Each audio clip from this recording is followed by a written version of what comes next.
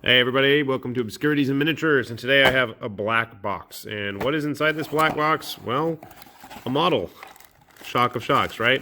This model comes to us from Verge of War, who is a small, up-and-coming new miniatures producer slash game designer from the Ukraine. So this is a Shork Tribal Warrior.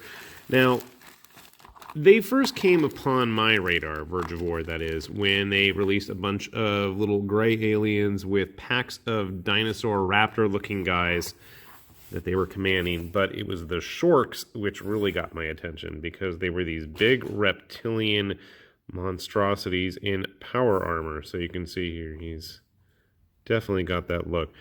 So, they have their own little base. Nothing fancy or too unique. Now they have two different variations on the Shork itself. They have this one, which is kind of, just a basic design. It's already posed. I want to say it might have had two legs. No. Okay. So we got the legs here, one single piece. The casting quality is pretty nice. This is my first piece that I've seen from this group. And overall, I gotta say, looks good. Weapons aren't too thin. He does have a few choices, so he's got a sword, and despite its thinness, it's nice, straight, and doesn't look like it's going to be too much of a trouble to use with him.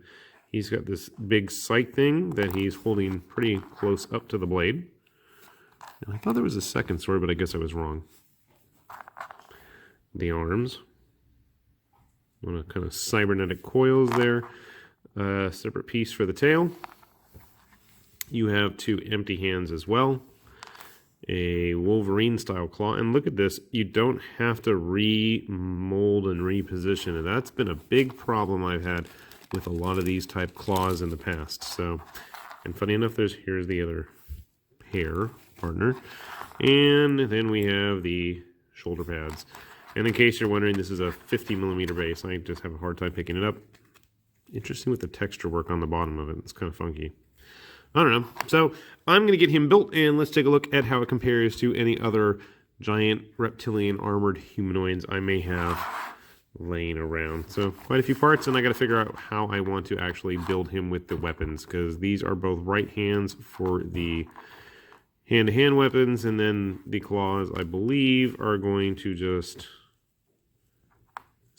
I believe they go like that, kind of below the actual wrist joint. I'm not sure. I'll double check. I'm going to figure that out. Anyway, let's get it built and we'll see how he looks. Alright, our Shork Warrior is just about finished here, obviously. He's not glued to his base yet, and he doesn't really want to balance 100% on his own yet, just due to how his right leg is posed there. But I went with the option. I love my hand-to-hand stuff, and I didn't like how he was gripping the scythe spear thing, and the sword seemed kind of thin, so we went with the hand-to-hand option, the claws. This is not flash, by the way, even though it kind of looked like it at first. He's got like these weird vent things on both of his gauntlets. So overall, I mean, the detail seems really nice. Back's a little bit soft, but, nothing I can't really attempt to work with. Overall, I'm pretty pleased. Now, I was saying earlier, and I went off on a tangent and forgot what I was saying. This is basically a monoposed item, obviously, except for the choice of weapons. Verge of War, however, makes a hardcore, and I do emphasize, really hardcore version of the Shork, where every little bit of it is totally customizable, down to the individual fingers. So the leg is like 4 or 5 pieces. I mean, you will have to glue on every individual finger, but it is an absolute beast of a project, and it's absolutely posable however you want to do it in that case. So if you're up to the challenge, I'm not, but there is that option available, and I'll leave a link down there below for their website if you're curious.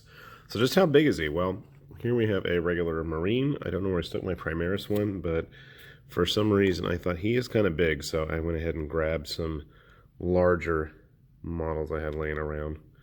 That seems a little too bright, but whatever. Moving in with, that's not Ragnar, Malice, or something. To me, I thought a troll would be about the right size, and I was right. But then again, I usually am, so